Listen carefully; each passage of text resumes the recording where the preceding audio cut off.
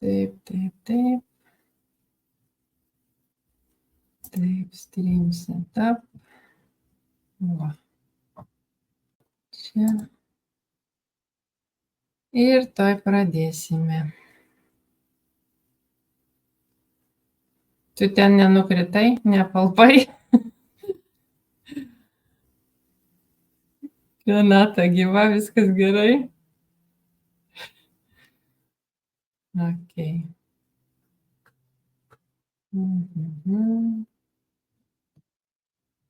Taip, čia Wi-Fi išjungiam, čia įjungiam.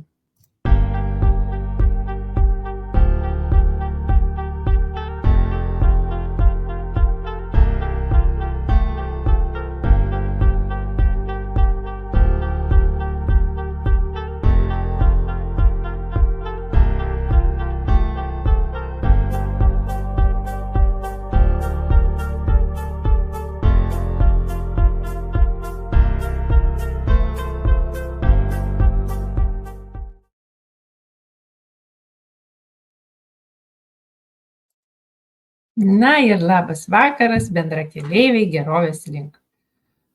Pranašauta audra sėkmingai mūsų aplenkė, nuėjo pas kaimynus, ten jiems ir vieta toms audroms visoms. Ir vandens šiandien iš dangaus negavome. Bet šiandien kalbėsime apie vandenį ir apie jo naudą ir kaip reikia atsargiai ir visokius kitokius dalykus. Mums šiandien labai pasisekė, nes į studiją pavyko įkalbinti, prisijungti profesionalią trenerę. Aš rašiau jos aprašymą, tikrai žmogus kaip čia beveik gimė su undinės uodega, sakyčiau taip. Tai apie vandenį viską žino, labai graži, labai gera trenerė, labai gera mokytoja ir Renata pasidalins su mumis savo žiniomis. Labas vakaras, Renata. Labai smagu Jūs matyti. Man taip pat. Ir dabar aš iš pat pradžių ir iš karto klausiu, ar būtent plaukimas, jūs kaip trenerė 30 metų jau dirbat, ar plaukimas visiems tinkantis sportas, ar vis dėlto yra išimčių? Plaukimas šiaip tinka visiems, ir dideliems, ir mažiems. Viena išimtis tai yra alergijos chlorkiai, bet tai vis tiek gali tada plaukti ežere. Jūroje, jeigu nėra ten alergijos, o visa kita, būna ežeruose, kai žydi vandenys, irgi negali žmonės lipti, tai yra alergenas tam tikriems žmonėms, o šiaip tinka visiems. Aha, tai apart alergijos, žodžiu, visi kiti dalykai atkrenta. Taip, visi kiti dalykai atkrenta, netgi atvirkščiai padeda, sakykime, kai žmogus yra pavargęs, geriau nueiti paplaukti, negu ant sofkutės pagulėti su pulteliu ir atsipalaidavimą į baseiną arba į atvirus vandens telkinius, jeigu yra vasara galimybė. Ir tokiu būdu mes atsipalaiduojame, grįžtame geros nuotaikos, pakylėti, visas vargas nueina.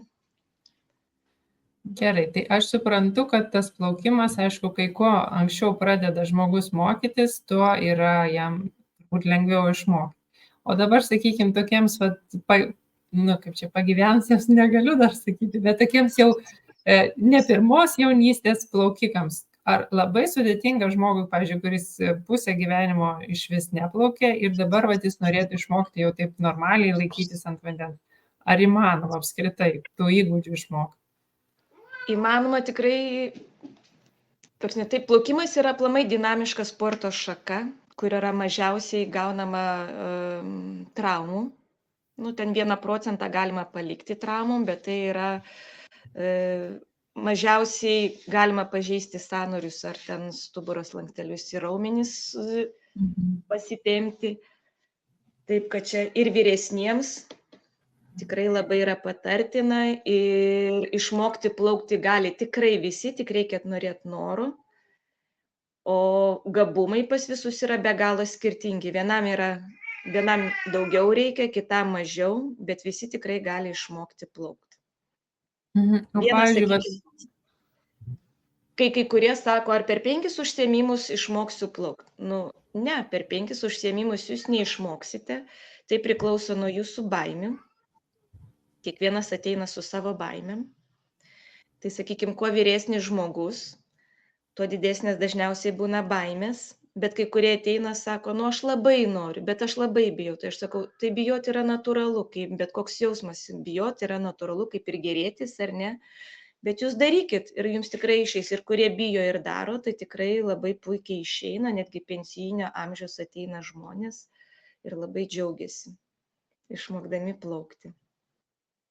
O, pavyzdžiui, nėra tokio dalyko, kaip, pavyzdžiui, tarkim, sakykime, nu, aš žmogus, sakau, mano sunkus kaulai, mano tankis didžiulis tų kaulų ir aš čia kaip kirvis į dugną. Ar tokį žmogų galim kažkaip pakeisti jo įsitikinimus? Nu, jam bus šiek tiek sunkiau, bet tikrai yra įmanoma, nesvarbu. Bet jeigu jūs, tarsi, kiekvieno žmogaus plūdrumas skiriasi. Vieni labai gražiai guli ant vandens, o kitas, kaip tu sakai, eina kaip kirvis į dugną. Jam yra šiek tiek sunkiau. Bet jeigu jisai darys, techniškai atsiguls taip, kaip reikia, jisai padarys. Dažniausiai žmonės eina į dugną, kai jie guli netaisyklingai. Aha. Tai esmė yra tame, nesvarbu, koks yra žmogaus kūlų šitų kaulų tankis, jį galima, ta prasme, jam nereiks stipriau dirbti rankom ir kojom, kad plaukti, jeigu jis yra sunkus, ta prasme. Jam tiesiog reikės taisyklingai viską daryti, kad jisai galėtų judėti vandenį. Tai kaip ir sakiau, pajėgumai yra skirtingi. Vienam reikia vos smūgį padaryti ir jis jau plaukia, o kitam reikia šiek tiek įdėti pastangų ir kad jisai paplauktų, nes dažniausiai pirmieji ateina plaukia ir sako, aš plaukiu atbula. Kodėl? Nu, todėl, kad kojas netaisyklingai dirba, bet palaipsniui darom ir žiūrėk, jau po pusės metų jisai plaukia ir net rezultatus rodo geresnius negu prieš tai. O, čia jau mano katinas būdė. Tai mums tinka katinai, jokių problemų. Tai va, šiaip tai gali tikrai visi padaryti, tik reikia noro ir užsispyrimo. Dažnai žmonės per tai, kad, nu, va, man neišeina, man čia sunku, kaulai sunkus, aš negabus, nu, nepasitikėjimas savimi neleidžia išmokti plaukti. Tai reikia būti užsispyrusiems ir nesvarbu. Nu, taip, procesas greit nevyksta, ne per 10 treniruočių, yra kur 2 metus lanko, 3 metus, tai po 3 metų, kur būna pirmus metus atėjęs, ten kirvukų į dugną eina, ir po 3 metų tai stebisi. Sako, vau, negaliu patikėti, galvau, niekad neišmoksiu, bet išmoksta. Ypatingai džiaugiasi vyresnio amžiaus žmonės. Neturiu keletą jau moteriškės pensijoje. Nu, gražu žiūrėti, sako, oi, kur aš buvau anksčiau. Nu, tai va. Tai aš irgi būsiu iš tų moteriškių, kur sakysiu, kur aš buvau anksčiau. Gerai, tai tada padirbėkim to klausimu, kad parduoti tą idėją. Kodėl tas plaukimas yra vis dėlto geras pasirinkimas, norintiems ten ir imunitetą, ir ten nugaros, ten gal skausmus, jūs žinot turbūt visas tas naudas. Tai pareklamuokit mums tą būtent sportą plaukimą. Tai plaukimas tai be galo dinamiška sporto šaka. Kaip ir sakiau, iššokus dirba ir viršutiniai kūno dalies raumenys, ir apatinės kūno dalies raumenys. Netgi mimikos raumenys dirba ir tie. Ar ne? Kai mūsų galva yra neutralioje padėtyje, sukamės veidą, dirba mimikos raumenys. Kaip iš šonų. Taip, kai mes sukam, vis tiek įkvėpimas yra per pusę burnos, tai dirba netgi mimikos raumenys. Nežiūrint į tai, kad, sako, viso kūno raumenys dirba. O plaukimas tai ir kraujotakai, ir spaudimui, ir padeda, kas turi cukraligę, mažina cukraus kiekį kraujyje. Nu, dirba visapusiškai. Raumenys, ta prasme, stiprėja, lankstumas didėja. Tai va tokia dinamiška, aš atsimenu, kai mano buvo krepšinio institute, kai mokinausi, buvo egzaminas krepšinio ir išsitraukiau ten kažką, kur neatsakiau į klausimą, nes aš nesu fanė krepšinio, aš plaukimo, meninio plaukimo fanė. Ir jis sako, nu va, kokia sporto šaka, sakau, plaukimas, meninis plaukimas. Nu va, iššokį į vandenį, nedirba nei vienas raumuo. Nu, galvoju, vaikeli, nu tu ateik pas mane. Pasižiūrėsim, kaip nei vienas raumuo nedirba. Tai čia mano tokia patirtis buvo, galvoju, nu kaip tai nedirba nei vienas raumuo, čia tau ne krepšinis. Tai va čia buvo toks dėstytojas. Kuris turbūt plauk nemoka. Nu, tikriausiai galvoju, nu, tu ateik pas mane, aš tave išmokinsiu plaukti ir tu man pasakysi, dirba raumenys ar vienas raumuo dirba, ar nedirba nors vienas raumuo. Nes jūs tai esat meninio plaukimo, aš suprantu, ten sportininkė rimta buvus. Taip, buvau plaukimo ir meninio plaukimo. Tai ten raumenys, aš ten iš vis neįsivaizduoju, kaip jūs ten atliekat su tom kojom ir rankom ir po vandeniu ir iš viso. Sakau, undinės. Nu, meninis plaukimas tai čia iš viso yra labai, nu, sakyčiau, taip arkliška sporto šaka, nes ten įeina ne tik plaukimas, bet ir akrobatika, ir choreografija, ir meninė gimnastika. Nu, labai daug sporto šakų įeina. Tai O va, kaip tai šiaip- pasirinkot? Kai aš buvau plaukikė, nes aš plaukimą profesionaliai sportavau, ir ateina vieną kartą trenerė, viena sako, nu, merginos, kas norite važiuoti į jaunimo olimpiadą?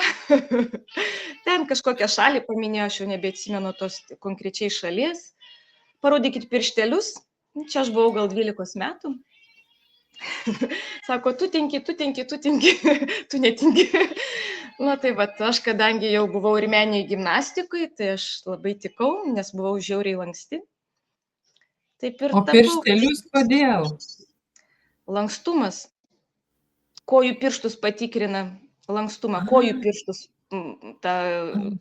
kelti patikrina, kaip įtempi pirštus. Ir pas vienus keltis būna labai gera, o pas kitus neįsitempia, nu ir taip kabo tie pirštai.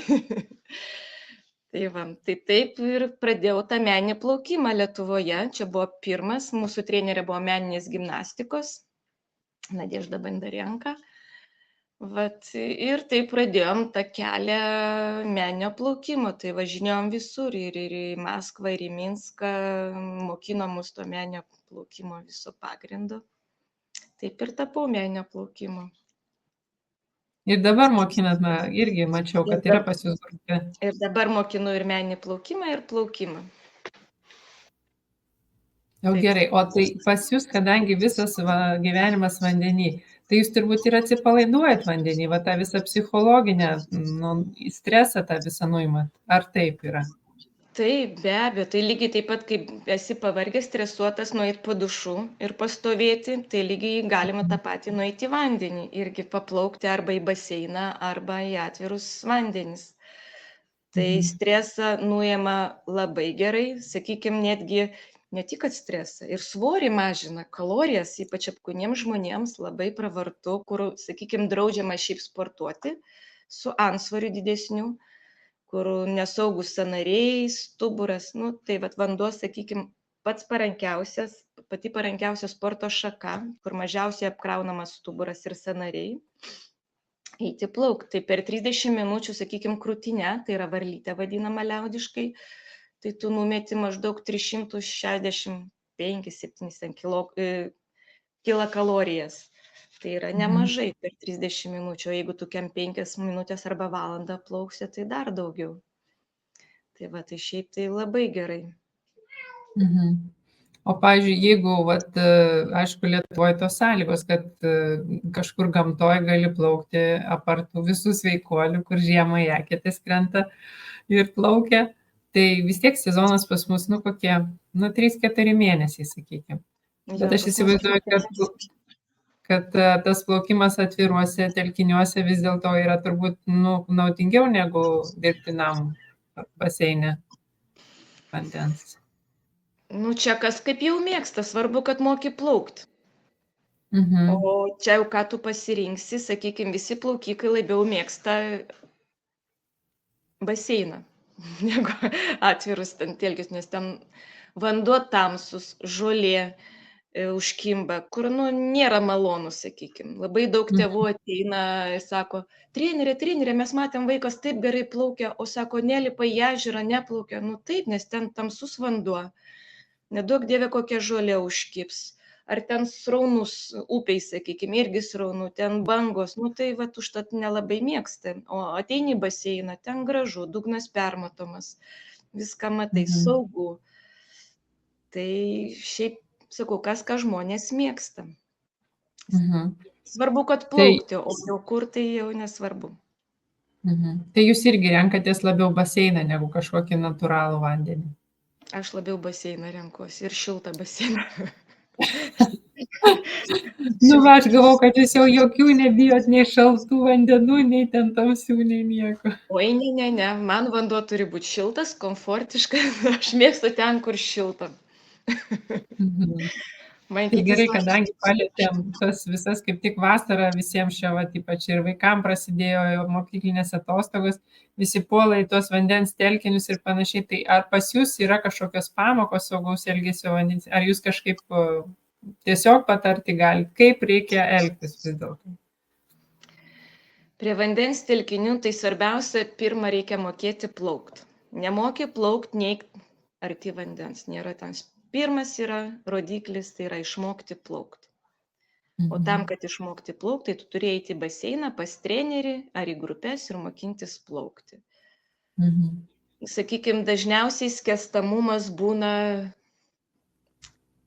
ne ten, kur būna ežerai, kur būna gelbėtai, ten irgi būna, bet ten yra mažas, ten vis tiek didžiąją dalį išgelbėja, jeigu koks įvyksta, sakykime, ar ne. Bet dažniausiai skęsta žmonės, kur eina į nepatikrintus vandenys, tai yra ten, kur nėra gelbėto, kur nėra pliažų, tiesiog eina, susiranda kažkokį ten tarpelį, įlenda į jų per dar kur ir plaukia. Tai dažniausiai skęstamumai būna ten, srauni upė, kur nemoka susidoroti, per silpnas ir upė neša, jau skęstamumas yra, sakykime, ar ne. Jūroje irgi reikia žinoti tam tikrus niuansus, kur galima įlipti į jūras.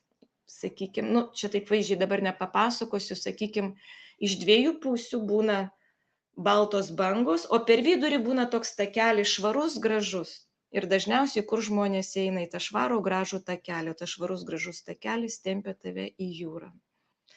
Ir žmonės kovoja ten su vėjo malūnais, pavargsta ir skęsta. Tai, tokiu atveju reikia nekovoti, jeigu jau įkliuvai į tokį, tegu tave ten neša į tą jūrą, atsigulk ant nugaros ir gulėk, lauk pagalbos. Sakykime, kai jau tave nuneša. Arba įkvėpus reikia nerti stipriai iš šonus po vandeniu, kad išnerti iš tos srovės. Nes su srovė ten stichija tu nepakovosi. Tai čia jūros tokie momentai, kur yra pavojinga su skęstamumu. Kaip ir sakiau, tai dažniausiai būna prie išgertuvės, kur irgi nepatartina išgerus eiti plaukti, kur dažniausiai irgi nepadeda. Tai lygiai taip pat vaikus reikia žiūrėti, nepalikti, nepaleisti iš akių vaikų. Reikia visada stebėti. O vaikai, kaip žinome, skęsta tyliai. Taip, kai suaugęs gali ranką iškelti ir dar mėginti rėkti, prašytis pagalbos, vaikai skęsta tyliai. Jie neprašo pagalbos, net nepastebės, jisai niurktelioja, galvos nepakelia ir viskas, toks vaizdas, kad jisai nardo, o jisai jau skęsta. Tai reikia labai atkreipti dėmesį, jeigu jau ilgai neišneria, jau reikia žiūrėti. Tai tokie pavojingi.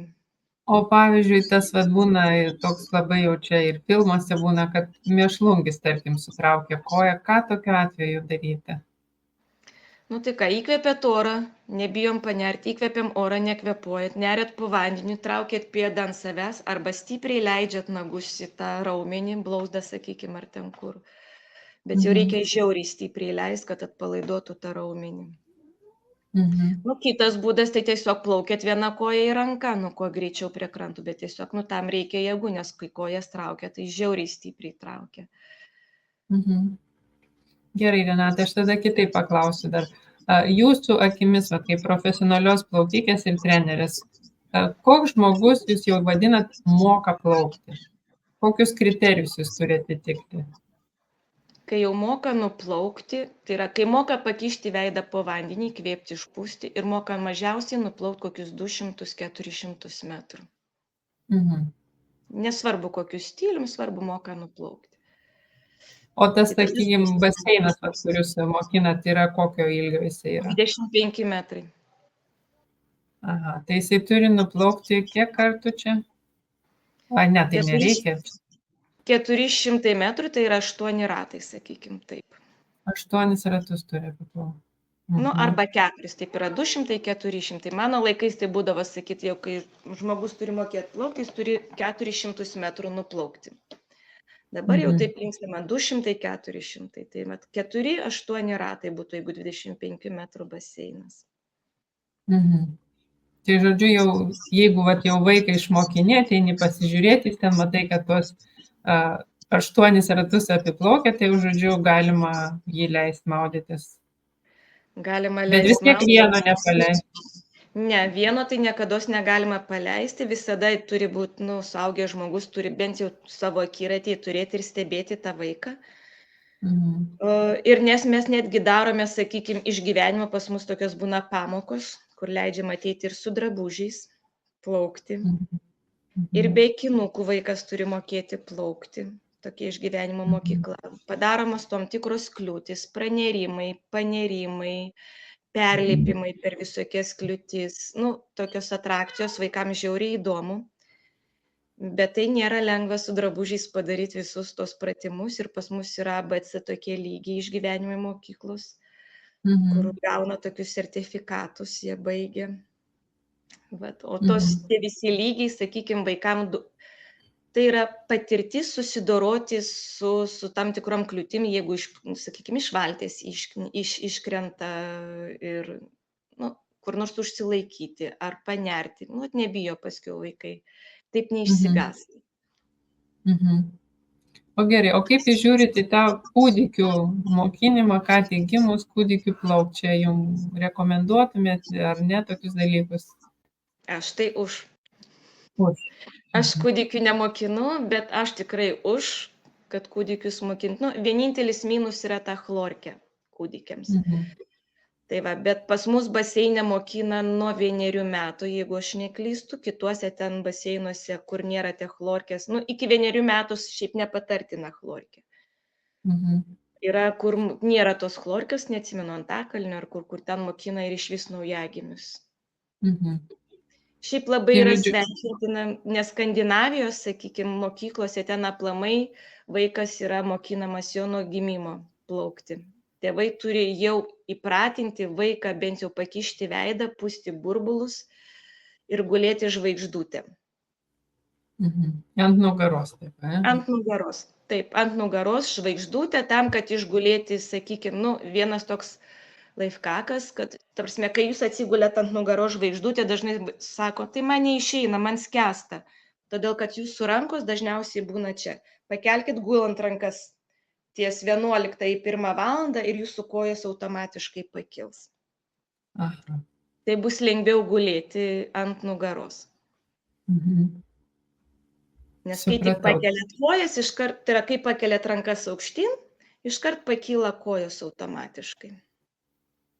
Ir žodžiu, į vandenį, aš taip suprantu, ir kūdikiams, ir mamytėm, kurios laukiasi, ir vaikučiam, ir paaugliam, ir pensininkam, žodžiu, visi.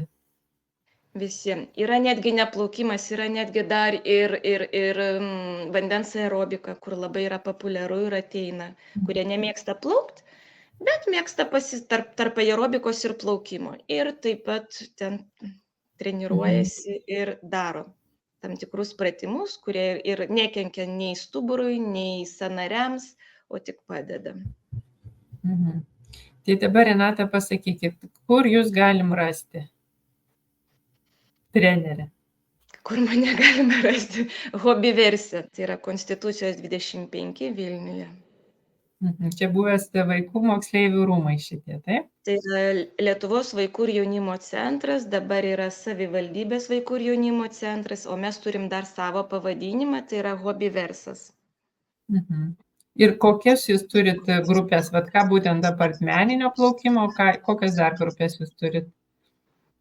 Tai vaikų apmokymas plaukti nuo 5 metų, plaukimo tobulinimas, tai yra iki 18-19 metų, meninis plaukimas, vandens aerobiką vedu ir taip pat individualias treniruotės vaikams ir suaugusiam. O meninį plaukimą tik moteris gali ar ir vyrai? Gal ir šiais laikais ir vyrai yra, jeigu matėte olimpiadą, dabar jau ir solo įvesta vyrų, ir mišrus duetas yra moteris ir vyras, ir grupėse vyrai yra. Mačiau labai gerą prancūzišką filmą apie vyrus meninės plaukimus, kur ten buvo nuostabus filmas, iš tikrųjų dėl to taip ir susidomėjau. Ir kai sužinau, kad... O, 10 metų jau yra įtrauktos poros mišrios ir dabar yra solo vyrai. Tai va, pas mane ir suaugusi moteris mokinosi meninio plaukimo, tokia vyresnio amžiaus, irgi individualus. Jinai atėjo, sako, labai padeda koordinacijai, padeda, nes plaukimas yra vienas, o meninis plaukimas padeda su ta koordinacija, kaip tau pusiausvyrą išlaikyti, kaip ten apeiti, visaip apiplaukti. Ta prasme, tam tikri niuansai, kur lengviau valdyti vandenį. Tai va. Tai, žodžiu, labai aš iš tikrųjų dėkinga, kad jūs radot laiko ir sutikot su mumis pakalbėti. Žiūrovai nežino, kad mes išskirtinį turim interviu, nes kitų interviu Renata žymiom televizijom atsisakė dėl asmeninių priežasčių, o mums labai pasisekė. Ir jūs gavote iš pirmų lūpų viską, ką reikia žinoti, kad saugiai plaukioti ir kodėl. Tai Renata, gal norit ką nors mūsų žiūrovams pasakyti, ar palinkėti, ar pamokyti, atsisveikinant? Tai noriu tik palinkėti gražios, saugios vasaros. Visada stebėkite aplinką, neikit plaukti ten, kur nepažįstate. Visada tikrinkit dugną prieš, sakykime, darant šuolius, kas yra labai pavojinga. Dar norėčiau paminėti, kad Lietuvoje yra 4 kart daugiau nuskęsta žmonių negu ES vidurkis. Mes esam paskutiniai praktiškai vietoj. Labai daug skęsta žmonių, o tam, kad neskęstų, tai pagrindinis yra mokėjimas plaukti. Ir rinktis saugius telkinius ten, kur yra gelbėtojai. Tai va, tai gražios, saugios vasaros. O jum, Renata, noriu palinkėti, kad šitas interviu tikrai nebūtų paskutinis, nes televizija jūsų laukia. Ačiū. Ačiū, jums puikiai pavyko, neišeikit į studijas, aš su jumis dar pašnekėsiu, o žiūrovai gali jau atsisveikinti su Renata. Ir dabar aš dar noriu priminti, kad kitą savaitgalį mes jau švęsim gimtadienį, švęsime prie jūros, kaip tik nelėksim, nebėgsim, nesiskandinsim. Dėl gimtadienio dar pravesiu apklausą grupiai, kad žinoti, kokio dydžio tortą užsakinėti. Ir labai tikiuosi, kad kitą savaitgalį rasit galimybę atvažiuoti prie jūros ir pabūti kartu, pasidalinti savo įspūdžiais, pasiekimais, įsiamžinti. Tiesiog gal kažkokia sugalvosim ar sportinės estafetės ar kažką. Ir tikrai labai tikiuosi, kad pasimatysim dar kitą trečiadienį ir paskui jau savaitgalį prie jūros. Sudėjau ir ačiū, kad žiūrėjote, mieli žiūrovai.